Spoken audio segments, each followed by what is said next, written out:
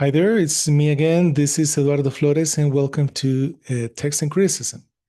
Here we talk only about family business. So, since you're in the house of Family 35, welcome to my house. Feel at home. Now, I've been receiving certain feedback about coherence and definition of coherence and pre-genealogical coherence and genealogical coherence, that both terms are used in CBGM, but before CBGM, there existed the word coherence. So we are going to um, uh, review coherence and what I mean in this channel by coherence. And also, we'll be looking again to the coherence in certain groups of manuscripts, Family 1, Family 13, Family 35, and the Alexandrian manuscripts. So, one thing is trying to assess each variation unit and trying to reconstruct a hypothetical text. And another thing is uh, uh, looking what groupings, clusters of manuscripts there are, seeing if we can have an archetype for each of these clusters of manuscripts, and then weighting the families. So in the Family 35 methodology, we don't weight manuscripts, we weight families. So although the name of the family is 35, which is manuscript 35, it's the lowest number of manuscript that represents the family in the whole New Testament. That's why it's called Family 35. It used to be called KR. It continues to be called KR in academic circles. But as you heard in my last video, it's or misrepresented or underrepresented. It's misrepresented in the sense that people think that manuscript 35 is family 35. And no, manuscript 35 is one manuscript. Family 35 are around 350 to 400 manuscripts. And for the Gospels are around 200 to 250, depending on what Gospel are we talking about. That's around 15 to 20% roughly eh, of the manuscripts for each section and for each group, which is interesting because we have that 15 to 20% of all manuscripts are family 35 in each of the 27 books of the New Testament and each of the sections. Gospels, Acts and Catholics, Paulines, and Revelation. We have the same, so it seems to be distributed in that way. It's present in gospel manuscript that only have the gospel. It's present in EPR manuscripts. It's present in, in EAP manuscripts, in EAPR manuscripts, like GA 18, GA 35, GA 2554, and also it's present in APR manuscripts. Um, so uh, it it's an ancient text. We'll talk about this at, um, only that until this moment, we here in this channel, I've only talked about the internal consistency of the family, the coherence. Later on in more videos to come, we are going to talk about other things like the size of the family, the geographical this distribution of the family, the quality of copying of the family, and then why the family has. We're going to talk about the profile and the archetype, and then we're going to talk about why we say that family 35 is ancient and independent from the other lines of textual transmission of the Greek New Testament. So, but uh, let's let's go on and talk about this, about the coherence, which is the thing for today. Okay. So let's look to a definition, you know. So let's go to Merriam and Webster.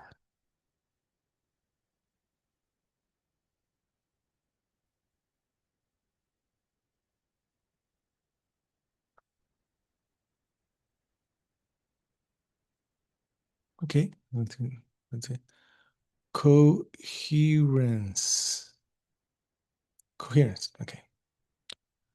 We say the quality or state of cohering, which is a usual definition from.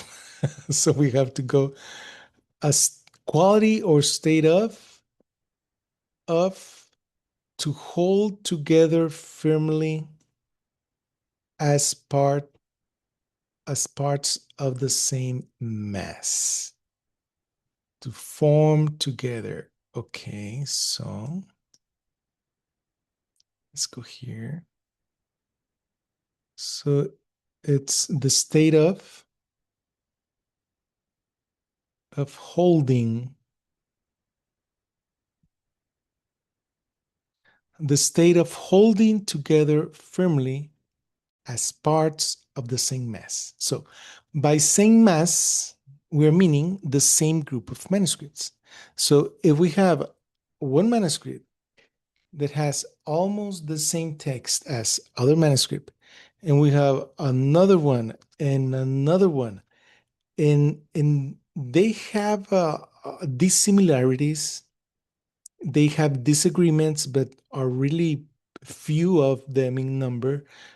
So we have a coherent group. So that's what we're not talking about genealogical coherence. We're not talking about that. We are talking about how similar are texts. And here are other ideas, like when manuscripts hold together firmly as a definite group because they have the same text or almost the same text. It's like textual affinity, uh, identical or similar texts. This can be done or determined by full collations. So we have manuscript one here, or A, and we have B, and we see that both of them at the same time, and we write down the differences. Or we can do some spot checking. That's what TUT does. Now that we have CBGM, starting from, I don't know, the 1990s, but it's more people know more about this in 2026. Now the coherence is split into two: the pre-genealogical coherence and the genealogical coherence. But coherence is when manuscripts hold together firmly. So let's see. I mean, how similar is one text, the text of one manuscript, to the text of another manuscript? So in these videos about coherence, we are not talking about genealogical coherence. We're not talking about that. We could be talking about pre-genealogical coherence as defined and as used in CBGM, and we're going to see we're going to build a chart of coherence based on pre-genealogical coherence data. But coherence is a bigger term. Coherence is a bigger term. So, for example, here we have two manuscripts, manuscript A and manuscript B. Let's say manuscript A is almost the same as manuscript B, except for three places. Now, let's say, for example, that here we have 100 test passages. And one test passage, I think here is with double S, sorry. Uh, one text passage equals to one word. Okay, let's hypothetically talk about that. So in this example, we have three different words, which are not similar with the words in manuscript A. So we could say that, well, since we have 97 equal test passages, we could say there's a 97% coherence. See?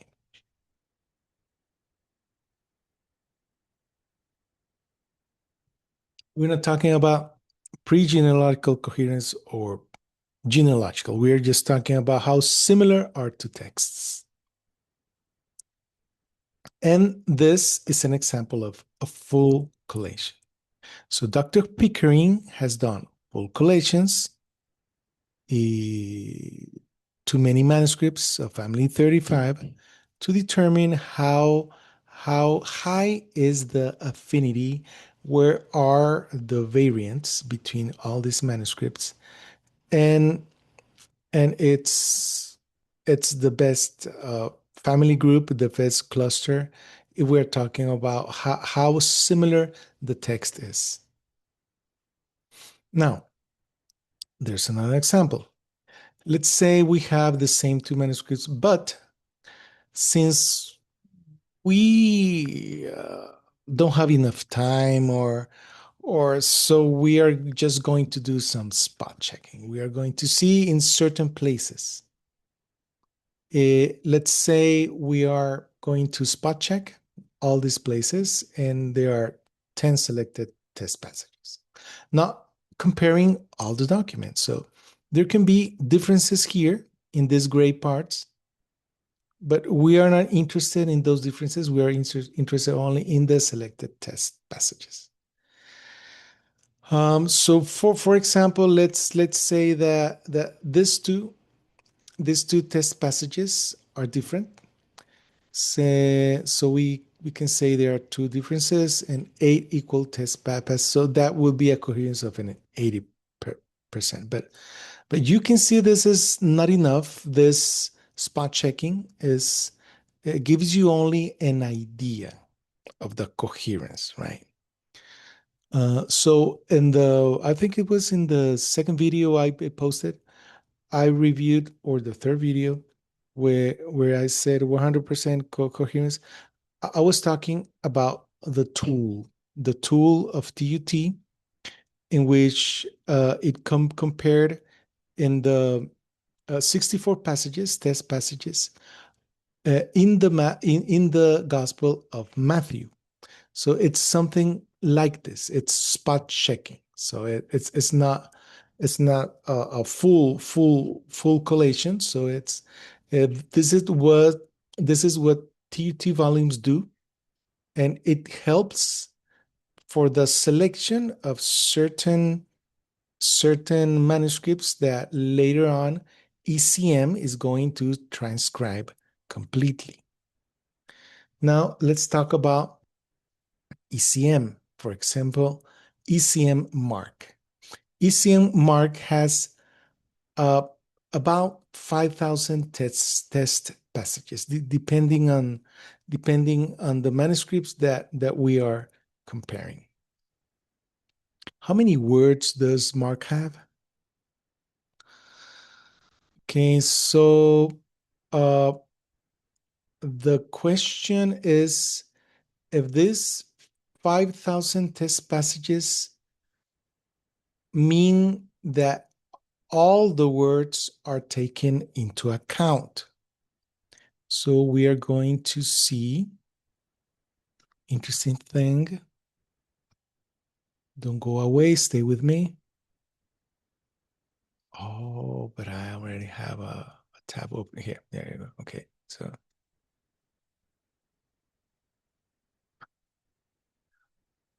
okie dokie. So here we have Mark. Okay, Mark, coherence, text of flow. So this is Mark 1:1. Okay, so here we have Mark 1:1.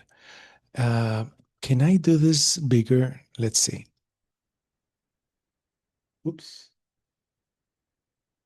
Oh, that's better. So here we have Archi tu Evangeliu Isu Christu iu tu Theu. Okay. But the first test passage is Christu. If we go on, the second test passage is iu tu Theu. So here we have two test passages. Now the next one is in verse 2. We have kathos. The next one is toisaia to propheti. So we do not have these words as a test passages. Gegrapten, en. So as written in the prophet Isaiah, right? We don't have idu, which means behold, behold. See? Because the next test passage is ego.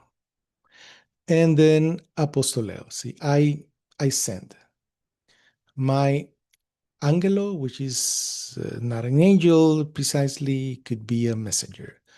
Messenger in front of your countenance, your face. Su is your. Let me see. Yeah. Okay. Su, and then os katas que. Well, okay. Okay. So what I'm trying to tell you is that ECM Mark does not consider certain words as test passages. So let's go back to the presentation here. So ECM Mark, uh, there are around 11,000 words in the Gospel of Mark, but there are around a little bit less than half of test passages. So as you could see, ECM Mark is something like this. You know, it's not comparing all the words, but maybe more than half of the words, more than maybe a 60 to 80% of the words. Okay. And so they are based on full manuscript transcriptions, meaning that what they input into the computer was a full transcription of manuscript A, for example, and a full transcription of manuscript B. But the selected test passages are not all the words, only 5,000, which may consist in one word, as you saw, or two words, three words, or a phrase, or a whole sentence. So ECM Mark has a full manuscript transcription, but they are not full comparisons, full collations. It's collations in most of the words, which is good, but it's not a full collation comparison.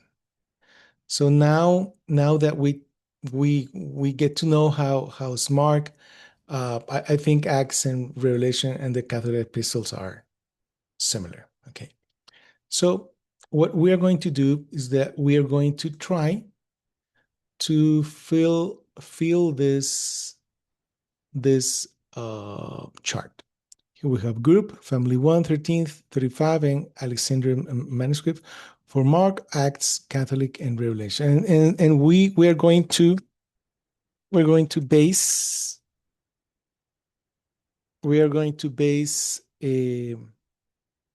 our numbers in the pre-genealogical data.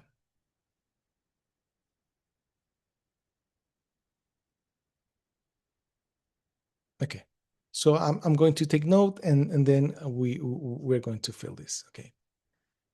Um, let's go to first the Catholic epistles.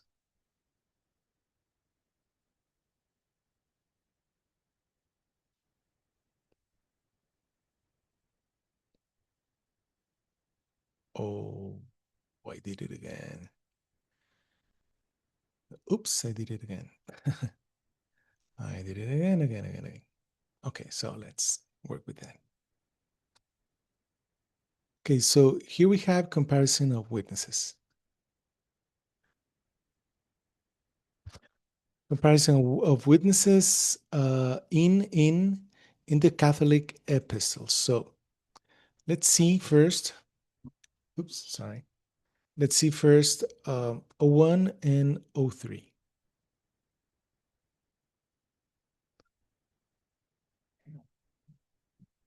Okay, so in this chart, we have each book of the seven epistles, and down here, we have the total.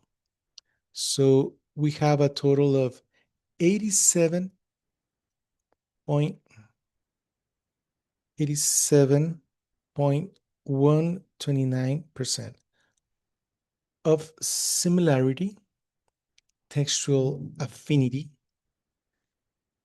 coherence, and in this case, pre-genealogical coherence. We have the number of passages tested, and we have the passages in which they have the same word. We have an 87.129. Uh, below 80, it's really bad coherence. Above 90 is okay. Above 95 is great, and above 98 is outstanding. Okay, so below 80 is not good coherence. Now let's see. Do we have family 1 here? Family 13? We don't have family 1 or family 13 in the Catholics. So let's go to family 35. There. Okay, so let's put either way you may put 18 or 35. It's the same result, but I'm going to put 35 first. Okay, so here we have a 99.045. 99.045%. And you can see that in this one chapter, small groups, small books, we have a 100%. Here we have also a 100%. So manuscript 35 and 18 are the only two manuscripts of the family that for which we have information here in the in the in the ECM for the Catholic epistles. They are not the best ones in the Catholic epistles, but they are part of the family. It's outstanding there that there's 99.0.45%, right? Okay. So that's it for the Catholic epistles. We're going to go to Mark, Acts, and Revelation.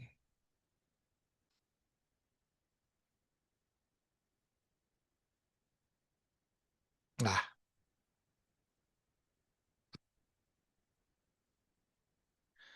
okay, let's go to Mark first. Now here we are going to compare, and this is very interesting. We're going to compare manuscript one, which is family one, and this other highly coherent manuscript, which is 1582, and you're going to see the information here.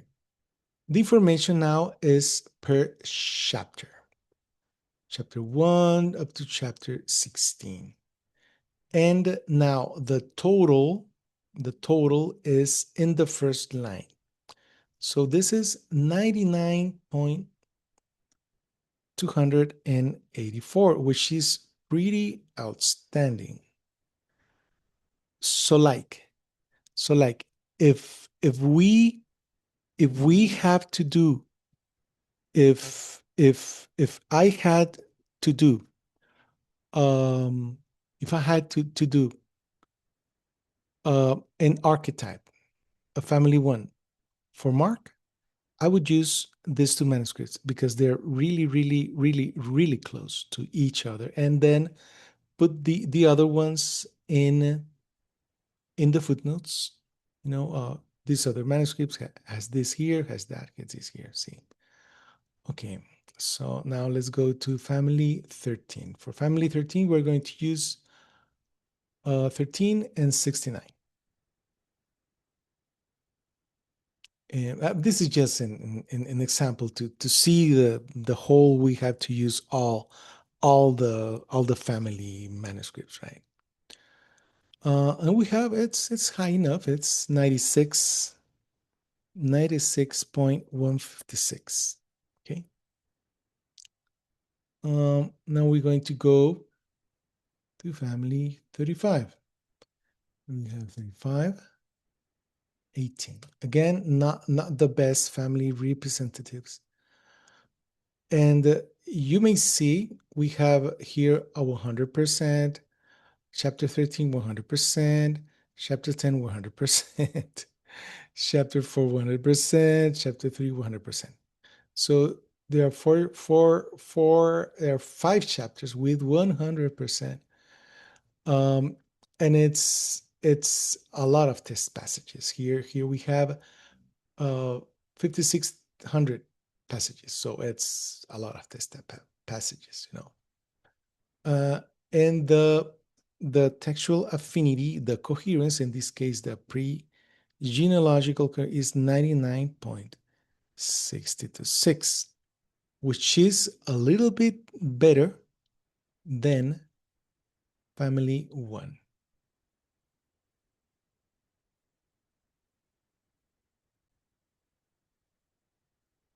Well, now let's go to Alexandrian in Mark. I know this is taking long, but consider that this is important information. Let's see how coherent are um, O1 and O3. We have 90.33%. Now let's go to Acts. In Acts, we do not have family 1 or family 13, and also in Revelation, right? Okay, so we're going to do only two. I mean, 4 comparisons more. Don't go away. This is not going to take long, and it's important. This is just an exercise, right? You may do this again if you want. So here we have, again, O1 and 03. For Acts, For Acts, yeah, right. The 28 chapters. We have a 92 point 92.0.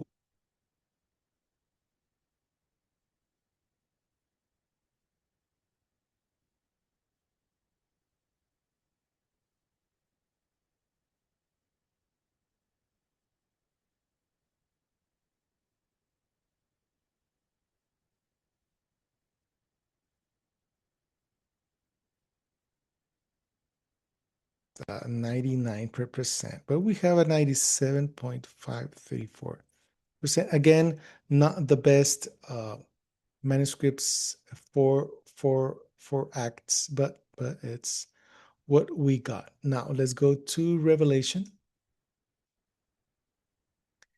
Here in Revelation, it's interesting because we don't have Codex Vaticanus. So, which could we compare, for example, Sinaiticus with Alexandrinus?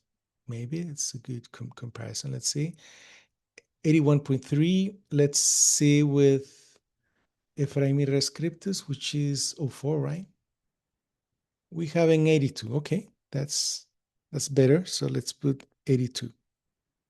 82.03. So we this is not like a global exact number of coherence for this group, but it's a start. So here now here in Revelation we have four manuscripts of family 35 that are not 18 or 35, because 18, manuscript 18, is not family 35 in Revelation.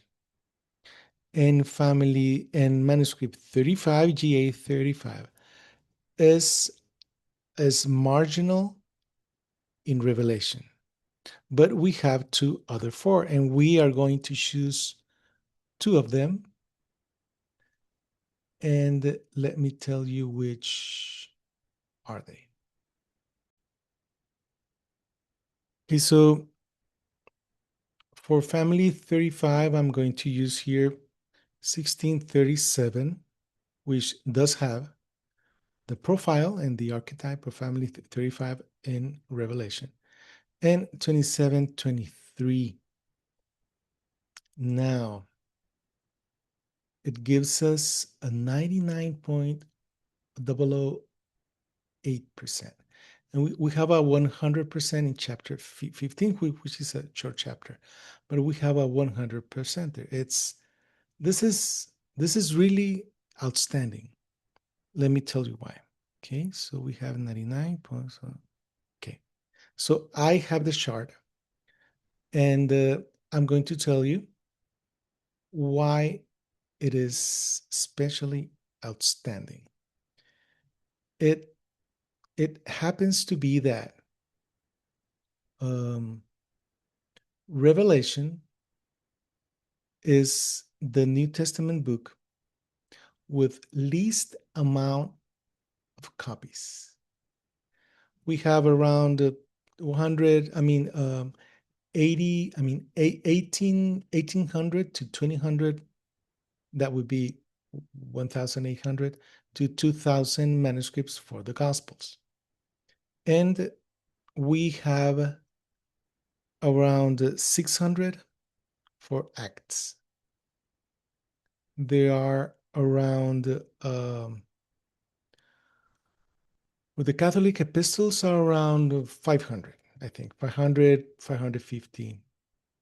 And for the Paulines are around 500 to 600. But for Revelation, we only have around 300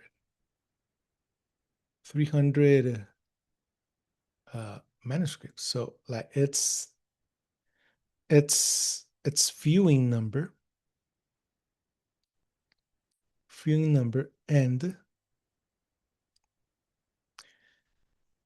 and what's really incredible is that is the book with more textual variation.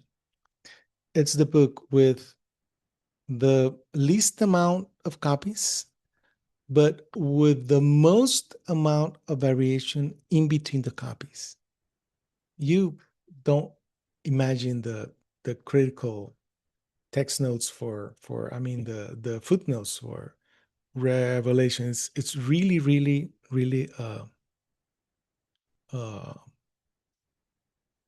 extense. So to have a more than 99% in Revelation, that's incredible, man. Incredible. Okay, so this should be here. Okay. This is the Acts, right? Yeah, Acts. So it's 97.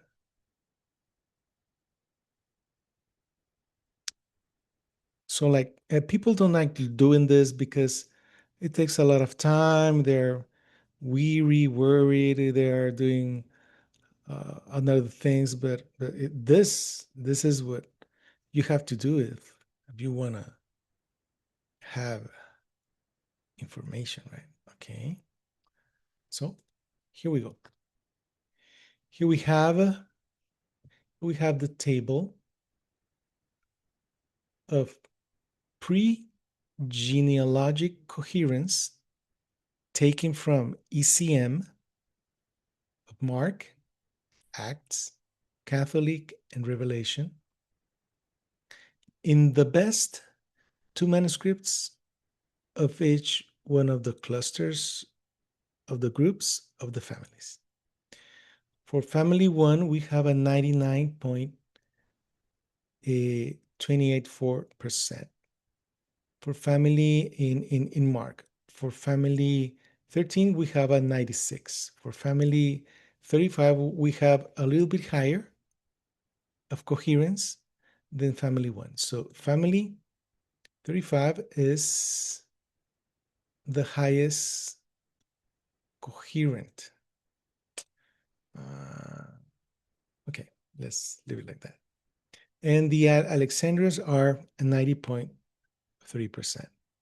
For Acts, the Catholic, and Revelation, there's no family 1 or 13, which is important because family 35 is the only family that has a profile, a distinct profile, that has an empirical, objective archetype throughout the whole New Testament.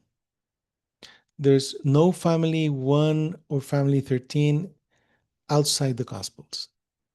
Maybe in the Pauline epistles, but not so much. Okay. So now, obviously, if we compare family 35 with the Alexandria manuscripts, it's I mean 97.5 and 99. And then we have a 99.00.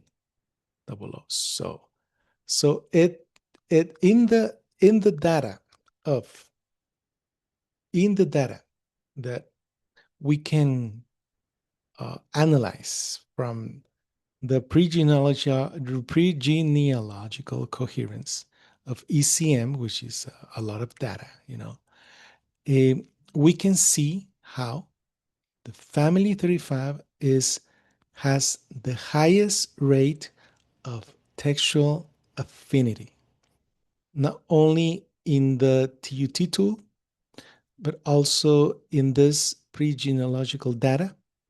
It is the highest coherent group, meaning it's really packed. It's uh, almost have the same text. In certain chapters, as you could see, they have the same text.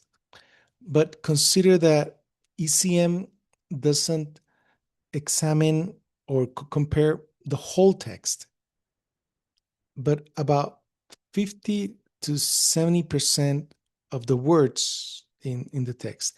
At least we could see that in the Gospel of Mark, you know. So it's the family with the highest affinity, the family with an identical or almost identical text is the family that, since there's less variation in between the manuscripts, it's kind of easy to derive an archetype for the family. And it's the only family in which we can do that for the 27 books of the Greek New Testament. Remember this, there is no archetype for the Alexandrian manuscripts. They are in heavy disagreement. They are pretty scarce. We can only compare two of them in almost the whole New Testament, except for certain uh, uh, uh, small epistles and Revelation. That's the Sinaiticus and the Vaticanus. If we compare them in the books that in which they both have the which are around maybe 22 books, we're going to see that there's no archetype. There are a lot of differences. It's difficult, and if we call in more Alexandrish manuscripts, the task is impossible. There is no archetype. There's only a reconstruction based on the variants of these manuscripts, Sinaiticus, Vaticanus, and some papyri. There's a reconstruction. For example, the UBS text, which is the same Nestle Island text, the ECM text, but it's not an archetype. There's no archetype for the Alexander manuscript because they are not coherent enough so that we could extract an empirical, objective, a real archetype. It has to be constructed. But this doesn't have to happen in family 35. In family 35, since there are very similar texts, we can derive uh, uh, an archetype just taking into account the majority of readings, let's say a majority text within the family 35 manuscripts, and without practicing recent eclecticism. More on recent eclecticism later on, later videos. So I hope this has cleared up what I mean by coherence in the channel, and I hope this helps you. And have a nice day, a nice night. Thank you for being with us. May God bless you.